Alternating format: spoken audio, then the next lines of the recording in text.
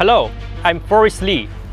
As a football fan myself, I believe that Singapore deserves to have a world-class football ecosystem and world-class teams. And for the last several years, today we are taking the next step. All of us at SEA are honored to contribute to this new chapter for the club.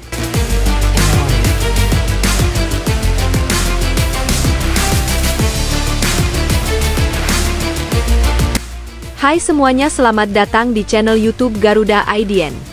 Berikut ini kami akan membagikan kumpulan berita timnas terbaru nih, diantaranya sebagai berikut.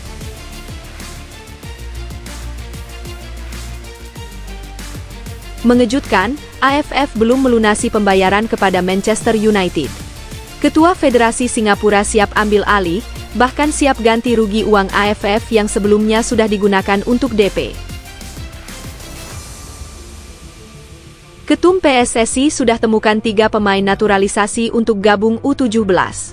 Erik sebut meski timnas U17 sudah lolos Piala Dunia, tapi Indonesia tak boleh jadi lumbung gol apalagi sampai 6-0 seperti lawan Korea Utara. Namun sebelum lanjut ke pembahasannya, alangkah baiknya untuk tekan tombol like dan subscribe-nya ya guys. Jika sudah, mari kita lanjut.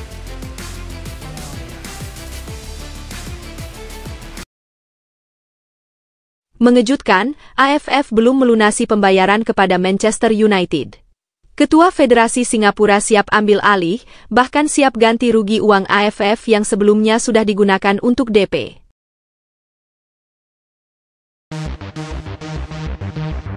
Baru-baru ini, Malaysia resmi ditunjuk menjadi tuan rumah untuk laga bergengsi antara ASEAN All Stars melawan Manchester United. Laga tersebut akan digelar pada 28 Mei 2025 di Stadion Nasional Bukit Jalil, Malaysia.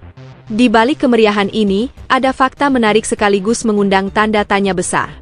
Untuk menghadirkan skuad setenar Manchester United ke Asia Tenggara, ternyata diperlukan dana fantastis, mencapai kisaran 50 miliar rupiah. Namun, ironi muncul ketika proyeksi pemasukan dari penjualan tiket, hak siar, dan sponsor justru diprediksi jauh lebih rendah, hanya sekitar 5 hingga 8 miliar rupiah, itu pun jika animo penonton tidak semakin merosot. Salah satu alasan mengapa antusiasme masyarakat tampak lesu adalah kekecewaan terhadap Malaysia sebagai lokasi acara. Banyak calon penonton merasa negeri jiran kini kehilangan daya tarik sebagai destinasi wisata. Dulu terkenal dengan keindahan tempat wisata dan ragam kulinernya, kini citra itu mulai pudar.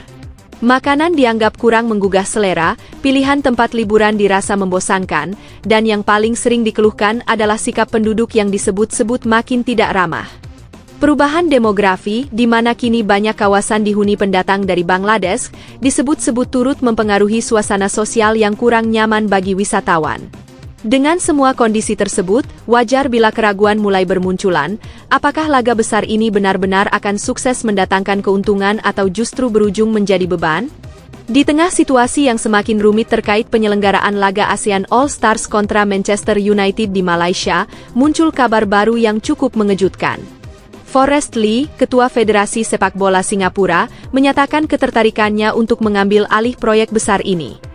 Pernyataan tersebut ia lontarkan langsung pada sore hari tanggal 28 April, menunjukkan bahwa Singapura siap turun tangan jika AFF dianggap tidak mampu melanjutkan agenda yang sudah berjalan setengah ini. Tak hanya sekadar mengutarakan niat, Forrest Lee bahkan berani menawarkan solusi konkret. Ia bersedia menanggung seluruh biaya yang telah dikeluarkan AFF sejauh ini, termasuk dana muka sebesar 20 miliar rupiah yang telah dibayarkan untuk memastikan kehadiran Manchester United. Langkah berani ini tentu menjadi sinyal kuat bahwa Singapura benar-benar serius ingin menyelamatkan gelaran tersebut dan mengembalikan optimisme publik yang sempat luntur. Banyak pihak mulai melihat peluang baru jika pertandingan ini dipindahkan ke Singapura, mengingat negara tersebut dikenal lebih siap dari segi infrastruktur, keramahan penduduk, hingga daya tarik wisatanya.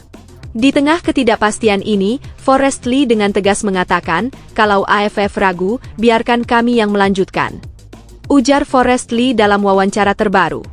Sebenarnya, Singapura bukanlah pendatang baru dalam hal mengundang klub sebesar Manchester United. Mereka sudah punya pengalaman, tepatnya pada tahun 2019, saat sukses menjadi tuan rumah laga pramusim antara Manchester United melawan Inter Milan. Menariknya, dalam pertandingan tersebut, sebagian besar pendukung yang memadati stadion justru datang dari Indonesia. Hal ini tentu bukan hal aneh, mengingat banyak warga Singapura sendiri memiliki akar keturunan dari Indonesia, sehingga banyak warga Indonesia yang berada di sana. Di luar pengalaman itu, Singapura juga punya keunggulan lain yang sulit disangkal. Secara ekonomi, negara tersebut jauh lebih makmur dibanding Malaysia. Fasilitas umum, termasuk stadion, pun dibangun dengan standar kelas dunia. National Stadium di Singapura bahkan disebut-sebut lebih megah dan modern dibanding Stadion Bukit Jalil yang ada di Malaysia. Kondisi ini seharusnya menjadi tamparan keras bagi Datuk Hamidin, Ketua Federasi Sepak Bola Malaysia, yang sebelumnya sempat dengan percaya diri membanggakan stadion mereka sebagai yang terbaik di Asia Tenggara di hadapan media Eropa. Kini, dengan situasi yang berbalik, klaim tersebut justru terasa seperti bumerang. Nah, jadi jika AFF nanti benar-benar tak mampu bayar Manchester United dan tidak mau merugi, maka Singapura, negara kaya se-ASEAN ini akan siap ambil alih. Tentu keputusan ada di tangan Presiden AFF dan juga Ketua FAM sekarang, Datuk Johari. Kalau kita sebagai warga Indonesia sebaiknya menikmati saja perkembangan berita saat ini. Mari kita tertawakan sama-sama jika Malaysia dan AFF bangkrut, karena sok-sokan ingin undang Manchester United. Oleh karena itu silahkan like video ini dan tulis di kolom komentar, Malaides dan AFF rasain lu emang enak hahaha. Ketum PSSI sudah temukan 3 pemain naturalisasi untuk gabung U17. Erik sebut meski timnas U17 sudah lolos Piala Dunia, tapi Indonesia tak boleh jadi lumbung gol apalagi sampai 6-0 seperti lawan Korea Utara. Timnas Indonesia U17 baru saja membuat sejarah dengan berhasil lolos ke Piala Dunia U17 di Qatar. Namun perjalanan mereka di ajang tersebut berakhir dengan kekalahan telak 6-0 dari Korea Utara. Meski begitu, Indonesia patut bersyukur karena tidak berada satu grup dengan Uzbekistan. Tim yang satu ini dikenal memiliki kekuatan luar biasa, dan jika Indonesia bertemu dengan mereka, hasil pertandingan bisa saja lebih buruk, bahkan mungkin mencapai kekalahan 14-0. Meski mengalami kekalahan besar, pencapaian timnas U17 yang berhasil mencapai Piala Dunia tetap menjadi langkah penting bagi perkembangan sepak bola Indonesia, yang harus terus berbenah untuk menghadapi tantangan di level dunia. Di sisi lain, PSSI kini tengah mengevaluasi 3 nama potensial untuk naturalisasi, yang diharapkan bisa memperkuat skuad timnas Indonesia dalam waktu dekat. Nama pertama yang mencuri perhatian adalah Jason Yeo, penjaga gawang muda asal Indonesia yang bermain untuk Holstein Kiel di Liga Jerman 2. Jason memiliki latar belakang keluarga Indonesia, dengan ibu yang berasal dari Pulau Kelong, Kepulauan Riau, dan ayah dari Kijang, wilayah yang sama. Selain faktor administratif yang cukup mudah, Jason dianggap memiliki kemampuan teknis yang solid sebagai kiper, serta pengalaman bermain di kompetisi level tinggi di Eropa. Selanjutnya, ada Feike Muller, bek tengah berusia 16 tahun asal Belanda. Meski lahir dan besar di Eropa, Feike memiliki darah Indonesia dari kakeknya yang berasal dari Haria, Saparua, Maluku Tengah. Feike menunjukkan minat yang besar terhadap perkembangan sepak bola Indonesia dan ingin bergabung dengan timnas jika diberi kesempatan. Ia dikenal dengan fisiknya yang tangguh dan kemampuannya dalam membaca permainan. Terakhir, ada Lucas Lee, pemain yang sudah akrab di kalangan penggemar sepak bola Indonesia. Sebelumnya, ia turut membela timnas U16 dalam Piala AFF dan membantu Indonesia lolos ke Piala Asia U17. Dengan darah campuran Indonesia dan Korea Selatan, Lucas merupakan pemain serba bisa yang bisa mengisi berbagai posisi di lini tengah atau sayap. Setelah itu, Erick Thohir menegaskan bahwa meski timnas Indonesia U17 sudah berhasil lolos ke Piala Dunia, mereka tidak boleh terlena atau merasa puas. Lolos ke ajang besar seperti itu bukanlah akhir dari perjuangan, melainkan awal dari tantangan yang lebih berat. Erick menambahkan bahwa program pembinaan pemain keturunan yang sedang digalakkan akan tetap diteruskan, karena ia merasa cukup memalukan jika Indonesia hanya tampil sesaat dan kemudian langsung kalah telak, seperti yang terjadi saat melawan Korea Utara dengan skor 6-0. Erick pun mengimbau agar seluruh tim bekerja lebih keras lagi, terutama dalam mempersiapkan fisik, taktik, dan mental pemain. Ia meminta agar Coach Nova bersama para pemain dan staf lainnya berkolaborasi dengan baik untuk memastikan persiapan yang matang. Kehadiran pemain keturunan memang memberikan potensi besar bagi timnas Indonesia dengan kualitas yang lebih tinggi di lapangan. Namun, hal ini juga membawa dampak pada pemain lokal yang kualitasnya masih perlu ditingkatkan. Pemain-pemain yang tampil di level kompetisi yang lebih rendah, seperti Fandi Ahmad, yang terkenal dengan gaya bermain menggoda lawan namun seringkali kurang efektif, bisa saja kesulitan bersaing. Sebagai contoh, meskipun Fandi memiliki kemampuan teknis untuk menggiring bola di level yang lebih tinggi, hal ini bisa lebih mudah dibaca oleh lawan yang lebih kuat dan berpengalaman.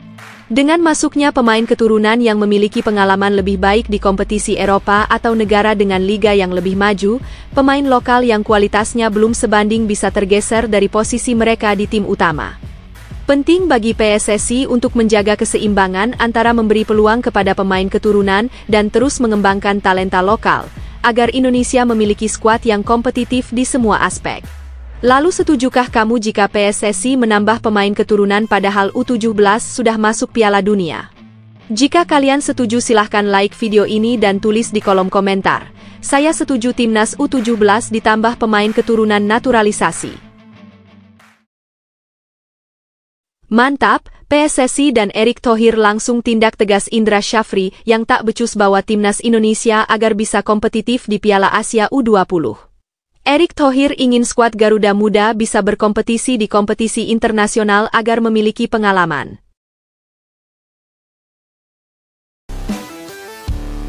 PSSI telah mengambil keputusan besar dengan memberhentikan Indra Syafri dari jabatannya sebagai pelatih timnas Indonesia U20.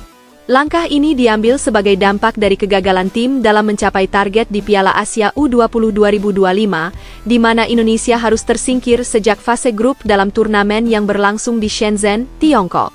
Sebelumnya, Indra Syafri telah menyatakan bahwa dirinya siap menerima konsekuensi dari hasil yang didapat oleh tim asuhannya. Sebagai seorang pelatih berpengalaman, ia memahami bahwa hasil di lapangan memiliki dampak besar terhadap kelangsungan kepemimpinannya. Ia pun menunjukkan sikap profesional dengan menerima keputusan PSSI tanpa perlawanan, menegaskan bahwa ia telah menjalankan tugasnya sebaik mungkin dan menghormati evaluasi yang dilakukan federasi. Nama Indra menjadi topik hangat di kalangan pecinta sepak bola setelah kegagalan timnas U20 dalam melangkah lebih jauh di Piala Asia U20 2025. Banyak pihak merasa kecewa karena tim tidak mampu memenuhi target yang telah dicanangkan, yakni mencapai babak 8 besar. Dengan hasil ini, PSSI pun bergerak cepat untuk melakukan evaluasi dan menentukan langkah terbaik guna meningkatkan kualitas tim muda Indonesia. Dengan berakhirnya era kepemimpinan Indra Syafri di timnas U20, PSSI kini memiliki tugas besar dalam mencari pengganti yang tepat. Program pembinaan pemain muda yang telah berjalan selama 2 tahun terakhir tetap harus dilanjutkan dengan pendekatan yang lebih baik. Federasi kini sedang mempertimbangkan sosok yang mampu membawa timnas U20 ke arah yang lebih progresif, memastikan bahwa regenerasi pemain berjalan dengan baik, serta membangun tim yang lebih kompetitif di masa depan. Meski kini tak lagi menangani timnas U20, rekam jejak Indra Syafri dalam dunia sepak bola Indonesia tetaplah gemilang. Ia pernah 2 kali membawa timnas U19 menjuarai Piala AFF dan sukses mengantarkan timnas U23 meraih medali emas di SEA Games 2023, sebuah prestasi yang sangat membanggakan bagi sepak bola tanah air. Kemampuannya dalam mengasah talenta muda telah terbukti, dan tidak menutup kemungkinan bahwa di masa depan ia masih akan memiliki peran dalam perkembangan sepak bola nasional. Keputusan PSSI ini menandai awal dari perubahan dalam struktur kepelatihan timnas U20. Dengan pemilihan pelatih baru yang tepat, harapannya adalah Indonesia mampu tampil lebih baik dalam kompetisi mendatang dan terus menghasilkan pemain berbakat yang siap bersinar di level yang lebih tinggi. Bukan main, Bambang Pamungkas ternyata punya riwayat bermain yang sangat bagus. Bahkan pernah hampir direkrut oleh salah satu klub Liga Primer Inggris. Netizen merasa seharusnya PSSI tak perlu kebingungan jika ingin cari sosok pelatih lokal.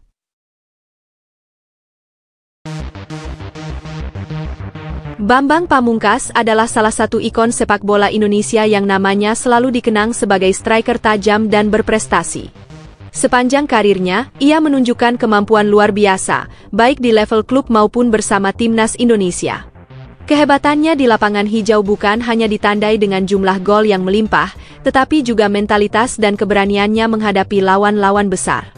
Salah satu momen ikonik dalam karirnya terjadi pada 21 Mei 2008 saat ia mencetak gol ke gawang Bayern Munich, salah satu raksasa Bundesliga Jerman. Dalam laga yang berlangsung di Stadion Utama Gelora Bung Karno itu, Bambang Pamungkas tampil tanpa rasa gentar menghadapi para pemain kelas dunia. Meskipun timnas Indonesia harus mengakui keunggulan Bayern dengan skor telak 1-5, BP, sapaan akrabnya, berhasil mencatatkan namanya di papan skor.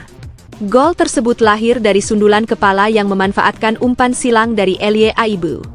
Pada saat itu, Oliver Kahn, kiper legendaris Jerman, sudah ditarik keluar dan digantikan oleh Michael Rensing. Namun, hal itu tak mengurangi keistimewaan gol BP. Mampu membobol gawang klub sebesar Bayern Munich membuktikan kualitasnya sebagai penyerang ulung. Keberaniannya dalam duel udara serta kemampuannya membaca arah bola menjadi senjata utama yang membuatnya menjadi ancaman bagi lini pertahanan lawan. Karir Bambang Pamungkas tidak hanya bersinar di Indonesia. Di saat tren bermain di luar negeri belum sepopuler sekarang, ia telah lebih dulu menjajal kompetisi asing. Setelah menimba ilmu sepak bola di Diklat Salatiga pada 1996 hingga 1999, BP memulai perjalanan profesionalnya bersama Persija Jakarta. Debutnya di kasta tertinggi sepak bola Indonesia langsung mencuri perhatian dengan torehan 24 gol dalam semusim. Keberhasilan tersebut membawanya ke Belanda, di mana ia bergabung dengan klub EHC Hoensbroek yang berkompetisi di kasta ketiga Liga Belanda. Meski hanya bertahan 1,5 musim, pengalamannya di Eropa semakin mengasah kemampuannya sebagai striker. Setelah kembali ke Persija pada 2002, ia kembali mengambil tantangan bermain di luar negeri, kali ini bergabung dengan klub raksasa Malaysia, Selangor FC, pada 2005. Selama berkarir di Malaysia, ia tampil luar biasa dan semakin dikenal di kancah sepak bola Asia Tenggara.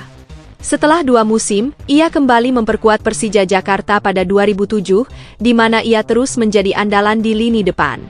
Meski sempat membela Pelita Bandung Raya pada 2013, BP akhirnya kembali ke Persija dan merasakan gelar juara Liga 1 pada 2018, sebelum akhirnya gantung sepatu pada 2020. Tak hanya di level Asia, Bambang Pamungkas juga sempat dilirik klub Inggris, Derby County.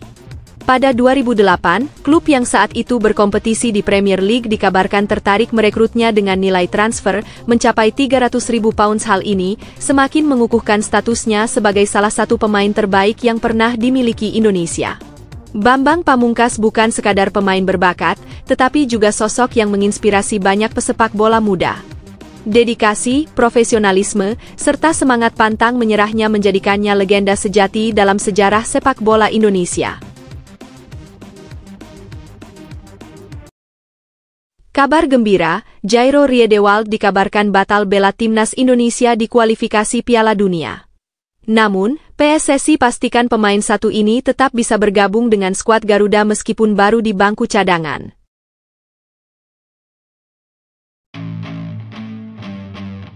Jairo Riedewald tampaknya harus bersabar dalam proses naturalisasinya untuk bisa memperkuat timnas Indonesia. Gelandang Royal Antwerp itu memang memiliki keinginan besar untuk membela skuad Garuda, bahkan pelatih timnas Indonesia, Patrick Kluivert, sudah menjalin komunikasi langsung dengannya. Namun, hingga saat ini masih ada kendala administrasi yang menghambat proses tersebut. Ketua Umum PSSI, Erick Thohir, dalam sebuah pertemuan dengan pengamat sepak bola Roni Pangemanan, mengungkapkan bahwa naturalisasi Jairo Riedewald masih menemui jalan terjal. Salah satu faktor utama yang membuat prosesnya belum bisa diselesaikan adalah kelengkapan dokumen terkait asal-usul leluhurnya. Persyaratan ini mutlak diperlukan dalam proses naturalisasi, dan hingga kini masih ada dokumen yang harus dicari lebih lanjut. Menurut Erick Thohir, situasi yang dihadapi Riedewald serupa dengan Martin Paes, kiper FC Dallas yang juga menjalani proses naturalisasi untuk menjadi warga negara Indonesia. Proses Paes sendiri memakan waktu hampir 1 tahun sebelum akhirnya rampung. Berdasarkan kondisi tersebut, peluang Jairo untuk segera mendapatkan status WNI dalam waktu dekat masih cukup kecil. Jika tidak ada perubahan signifikan dalam proses administrasinya, besar kemungkinan Riedewald belum akan bisa membela timnas Indonesia saat menghadapi Australia pada 20 Maret 2025, maupun saat melawan Bahrain 5 hari setelahnya. Hal ini tentu menjadi kerugian bagi timnas Indonesia, mengingat Riedewald adalah pemain berpengalaman yang bisa menjadi tambahan penting di lini tengah. Meski begitu, masih ada kemungkinan upaya lebih lanjut untuk mempercepat proses naturalisasi sang pemain. PSSI diyakini akan terus berusaha menyelesaikan kendala administrasi ini agar Riedewald bisa segera mendapatkan status sebagai pemain naturalisasi. Jika berhasil, maka dia bisa menjadi bagian dari timnas Indonesia untuk laga-laga berikutnya di putaran ketiga kualifikasi Piala Dunia 2026. Absennya Riedewald di laga melawan Australia dan Bahrain tentu membuat Patrick Kluivert harus mencari alternatif lain di lini tengah. Beruntung, Indonesia masih memiliki sejumlah pemain berkualitas yang bisa diandalkan di sektor tersebut. Meski demikian, tambahan pemain sekelas Jairo Riedewald akan memberikan kedalaman skuad yang lebih baik bagi timnas Indonesia dalam menghadapi persaingan sengit di level Asia. Saat ini, semua bergantung pada sejauh mana kelengkapan dokumen Riedewald bisa segera diselesaikan. Jika dalam waktu dekat tidak ada perkembangan signifikan, timnas Indonesia harus bersiap menghadapi 2 laga penting tanpa kehadiran gelandang berusia 28 tahun tersebut. Namun, harapan tetap ada agar di pertandingan-pertandingan berikutnya, Jairo bisa segera bergabung dan memperkuat Garuda di ajang internasional. Alhamdulillah, Elkan Bagot akan datang ke timnas Indonesia pada tanggal 15 Maret mendatang. Elkan bakal jalani latihan lebih intensif karena sudah lama absen dari timnas. PSSI sudah siapkan jadwal latihan untuk pemain Blackpool United ini.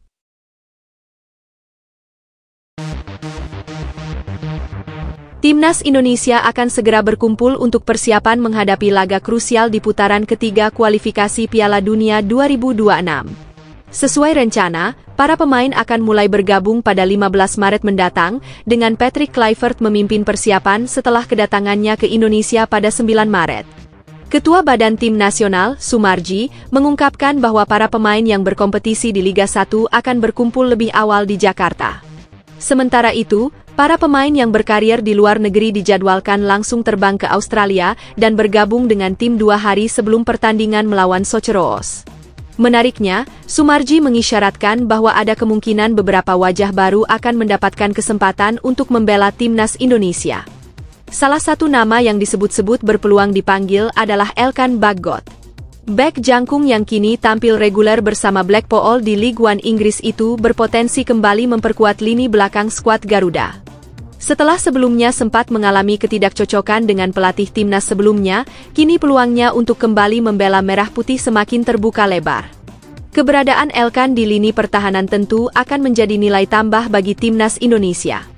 Selain kokoh dalam duel udara, ia juga bisa menjadi opsi ketika tim membutuhkan skema bola mati atau lemparan jauh dari Pratama Arhan. Selain Elkan Bagot, masih ada 2 nama lain yang diprediksi bakal dipanggil oleh Kluivert. Identitas mereka masih menjadi tanda tanya, namun bisa dipastikan mereka adalah pemain yang dianggap bisa memberikan tambahan kekuatan bagi skuad Garuda dalam menghadapi lawan-lawan tangguh di fase kualifikasi ini. Dengan persiapan yang matang dan tambahan tenaga baru, timnas Indonesia berharap bisa tampil maksimal dalam 2 pertandingan berat di bulan Maret nanti. Duel pertama melawan Australia di Stadion Sepak Bola Sydney pada 20 Maret akan menjadi ujian besar, sebelum mereka kembali ke Jakarta untuk menghadapi Bahrain di Stadion Utama Gelora Bung Karno pada 25 Maret. Hasil dari kedua laga ini akan sangat menentukan langkah timnas Indonesia dalam upaya mereka merebut tiket ke Piala Dunia 2026. Tak tanggung-tanggung, timnas Indonesia U17 bakal jalani TC di Dubai jelang Piala Asia U17. Skuad Garuda Muda juga bakal melakukan adaptasi cuaca agar fisiknya lebih prima saat berkompetisi nanti. Timnas U17 Indonesia semakin mematangkan persiapan mereka untuk menghadapi Piala Asia U17 2025. Di bawah arahan pelatih Nova Arianto, skuad Garuda Muda terus menjalani program pemusatan latihan yang saat ini berlangsung di Yogyakarta sejak awal Februari. Program ini dirancang untuk meningkatkan performa tim baik dari segi fisik, teknik, maupun mental, mengingat tantangan besar yang menanti di ajang bergengsi tersebut. Nova Arianto mengungkapkan bahwa perkembangan anak asuhnya cukup positif, terutama dalam aspek fisik yang terus menunjukkan peningkatan. Ia berharap dengan persiapan yang matang, Timnas U17 Indonesia bisa menampilkan permainan terbaik dan bersaing dengan tim-tim kuat lainnya di turnamen nanti. Sebagai bagian dari strategi pematangan tim, Timnas U17 Indonesia dijadwalkan bertolak ke Dubai sebelum akhirnya melanjutkan perjalanan ke Arab Saudi, tempat berlangsungnya Piala Asia U17 2025. Di Dubai, mereka akan menggelar sejumlah laga uji coba yang bertujuan untuk menyesuaikan diri dengan kondisi cuaca di Timur Tengah. Pertandingan persahabatan ini juga menjadi kesempatan bagi tim pelatih untuk melihat kesiapan pemain serta menguji berbagai strategi yang telah disiapkan. Rangkaian uji coba ini dijadwalkan berlangsung pada 16 Maret, sebelum skuad berangkat ke Jeddah pada 26 Maret. Selama di Dubai, Nova Arianto ingin memastikan bahwa para pemainnya dapat beradaptasi dengan cepat dan memahami sistem permainan yang akan diterapkan di turnamen nanti. Di Piala Asia U17 2025, Timnas Indonesia tergabung dalam grup C bersama 3 tim lainnya, yaitu Yaman, Afghanistan, dan Korea Selatan. Grup ini diprediksi akan memberikan tantangan tersendiri bagi Garuda Muda, mengingat kualitas lawan yang tidak bisa dianggap remeh. Keikutsertaan ini menjadi momen bersejarah bagi Timnas U17 Indonesia, mengingat terakhir kali mereka tampil di turnamen serupa pada tahun 2018, saat masih menggunakan kategori U16. Pada edisi tersebut, skuad Garuda Muda berhasil melaju ke fase gugur setelah mengoleksi 5 poin di babak grup, termasuk kemenangan berharga atas Iran. Sayangnya, langkah mereka terhenti di babak perempat final setelah mengalami kekalahan tipis 2-3 dari Australia. Dengan pengalaman dan persiapan yang lebih baik kali ini, Timnas U17 Indonesia berharap bisa melangkah lebih jauh dan memberikan kebanggaan bagi sepak bola tanah air. Nova Arianto dan tim pelatih optimistis bahwa Garuda Muda mampu tampil kompetitif dan memberikan kejutan di turnamen yang akan berlangsung di Arab Saudi pada April mendatang. Mantap, Justin Hubner dipasang jadi starter sekaligus kapten di Wolverhampton U21. Timnya langsung permalukan Tottenham Hotspur U21. Netizen Indonesia merasa bangga dengan prestasi bek Timnas 1 ini. Justin Hubner kembali menunjukkan performa solid bersama Wolverhampton Wanderers U21 dalam ajang Premier League 2 musim ini. Bek Timnas Indonesia itu dipercaya tampil sejak menit awal dan bermain penuh selama 90 menit saat timnya meraih kemenangan dramatis atas Tottenham Hotspur U21 dengan skor 3-2 di Lames Stadium, Stevenage, pada Sabtu dini hari. Sebagai bek tengah kiri dalam skema 3 bek yang diterapkan pelatih James Collins, Hubner tampil disiplin dan tangguh dalam mengawal lini pertahanan. Kepercayaan yang diberikan kepadanya tidak hanya sebatas sebagai starter, tetapi juga sebagai kapten tim. Peran kepemimpinan ini bukanlah hal baru bagi Hubner, yang memang sudah sering mengenakan ban kapten dalam beberapa musim terakhir bersama skuad muda Wolves. Hasil positif melawan Tottenham ini menjadi kemenangan ke-7 bagi Wolverhampton Wanderers U21 musim ini. Dengan tambahan 3 poin, mereka kini menempati peringkat ke-11 dari total 26 tim peserta Premier League 2, mengoleksi 24 poin dari 15 pertandingan. Secara individu, Hubner juga semakin menemukan kembali ritme permainannya setelah sempat mengalami cedera saat membela Timnas Indonesia beberapa waktu lalu. Statistik mencatat, bek berusia 21 tahun ini sudah tampil dalam 7 pertandingan Premier League 2 musim ini, 6 diantaranya sebagai starter. Musim ini bisa dibilang menjadi periode penting bagi Hubner. Selain mendapatkan kesempatan berlatih bersama tim utama Wolverhampton Wanderers yang berkompetisi di Premier League, masa depannya di klub juga tengah menjadi sorotan. Kontraknya bersama Wolves akan berakhir pada akhir musim ini, namun hingga kini belum ada kejelasan apakah klub akan memperpanjang masa baktinya atau tidak. Sejak bergabung dengan Wolverhampton Wanderers pada tahun 2022, Hubner masih berjuang untuk mendapatkan tempat di tim utama. Ia memang belum pernah mencatatkan menit bermain di kompetisi resmi bersama skuad senior Wolves, tetapi pernah masuk dalam daftar pemain cadangan dalam 1 pertandingan. Dengan usianya yang masih muda dan pengalaman bermain di Inggris serta membela Timnas Indonesia, masa depan Hubner masih terbuka lebar. Apakah ia akan tetap bersama Wolves, mencari tantangan baru di klub lain, atau bahkan mendapatkan kesempatan promosi ke tim utama, semuanya masih menjadi tanda tanya. Yang jelas, performanya di Premier League 2 musim ini semakin membuktikan bahwa ia memiliki potensi besar untuk berkembang lebih jauh di level yang lebih tinggi.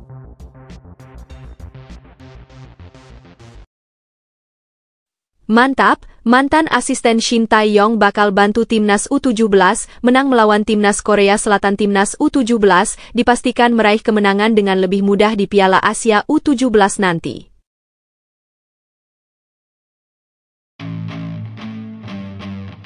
Nova Arianto menaruh harapan besar pada kehadiran Chae Ju-yang di timnas U17 Indonesia menjelang Piala Asia U17 2025.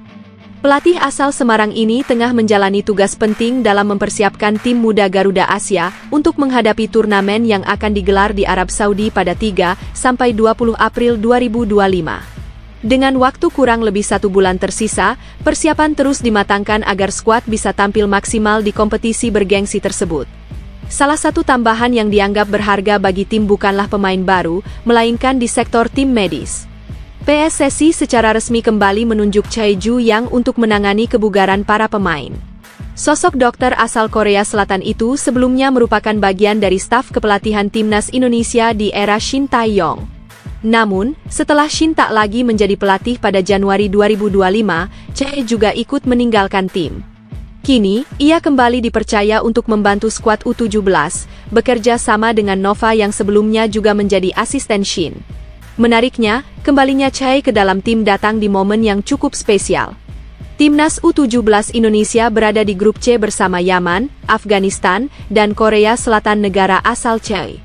Dengan pertandingan pertama melawan Yang Taeguk Warriors yang akan berlangsung di Prince Abdullah Al Faisal Stadium, Jeddah, pada 4 April 2025, Nova berharap pengalaman Chae bisa menjadi nilai tambah. Sebagai seseorang yang paham dengan kultur sepak bola Korea Selatan, Chae diyakini bisa memberikan wawasan berharga mengenai kelebihan dan kekurangan calon lawan. Informasi tersebut tentunya bisa membantu tim dalam menyusun strategi terbaik untuk menghadapi pertandingan pembuka yang diprediksi akan berlangsung sengit. Nova dan tim pelatih lainnya kini terus berusaha meningkatkan kondisi fisik, teknik, dan mental para pemain agar siap menghadapi tantangan di turnamen nanti. Dengan hadirnya Chae, aspek kebugaran serta pemulihan pemain diharapkan bisa lebih terjaga, mengingat ketatnya jadwal pertandingan di fase grup. Terlepas dari tantangan yang ada, timnas U17 Indonesia bertekad untuk memberikan yang terbaik. Mereka ingin membuktikan bahwa generasi muda Garuda mampu bersaing di level Asia. Dengan kombinasi persiapan matang, kerja keras, serta dukungan dari berbagai pihak, Nova optimistis timnya bisa memberikan kejutan di Piala Asia U17 2025. Alhamdulillah, Erick Thohir sudah siapkan tempat TC untuk timnas Indonesia jelang kualifikasi Piala Dunia 2026. Para pemain Abroad langsung bertolak ke Australia untuk lakukan persiapan. Timnas Indonesia akan kembali menjalani pertandingan krusial dalam lanjutan kualifikasi Piala Dunia 2026. Pada 20 Maret mendatang, skuad Garuda dijadwalkan menghadapi Australia di Sydney dalam laga tandang yang diprediksi bakal berlangsung sengit. Ketua PSSI, Erick Thohir, dalam sebuah acara di Jakarta pada Sabtu lalu, mengungkapkan rencana timnas Indonesia sebelum bertolak ke Australia. Persiapan tim nasional sudah dirancang dengan matang, termasuk pemusatan latihan di dalam negeri. Namun, pemain yang berkarir di Eropa tidak akan bergabung di Indonesia. Mereka akan langsung menuju Australia untuk bergabung dengan tim menjelang pertandingan. Hingga saat ini, pelatih Patrick Kluivert belum mengumumkan daftar resmi pemain yang akan dibawa dalam 2 pertandingan mendatang. Namun, beberapa hari lalu, Ketua Badan Tim Nasional, Sumarji, sempat menyebutkan bahwa ada 27 pemain yang akan dipanggil untuk memperkuat skuad Garuda dalam duel melawan Australia dan Bahrain. Setelah menghadapi Australia, timnas Indonesia akan kembali ke Jakarta untuk melakoni laga kandang kontra Bahrain pada 25 Maret di Stadion Utama Gelora Bung Karno. Pertandingan ini menjadi kesempatan bagi Garuda untuk mengamankan poin di hadapan pendukungnya sendiri. Saat ini, persaingan di grup C sangat ketat. Timnas Indonesia berada di peringkat ketiga dengan koleksi 6 poin. Mereka masih berada di bawah Jepang dan Australia, namun unggul selisih gol atas Arab Saudi, Bahrain, dan Cina. Dengan format kualifikasi yang ada, hanya 2 tim teratas yang berhak lolos langsung ke Piala Dunia 2026. Sementara itu, tim yang finish di peringkat ketiga dan keempat masih memiliki peluang dengan melaju ke babak lanjutan kualifikasi.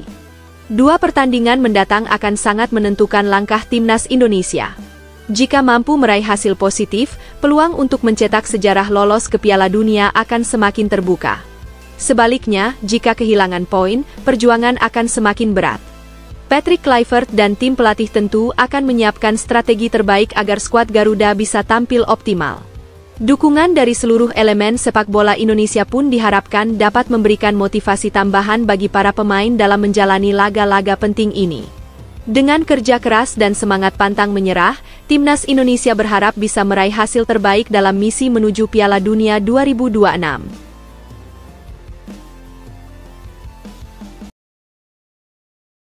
Kode keras, Mark Locke sarankan agar Patrick Kluivert segera tonton laga Persib Bandung. Pemain satu ini ingin segera unjuk gigi di depan pelatih baru tersebut agar bisa bergabung dengan timnas Indonesia.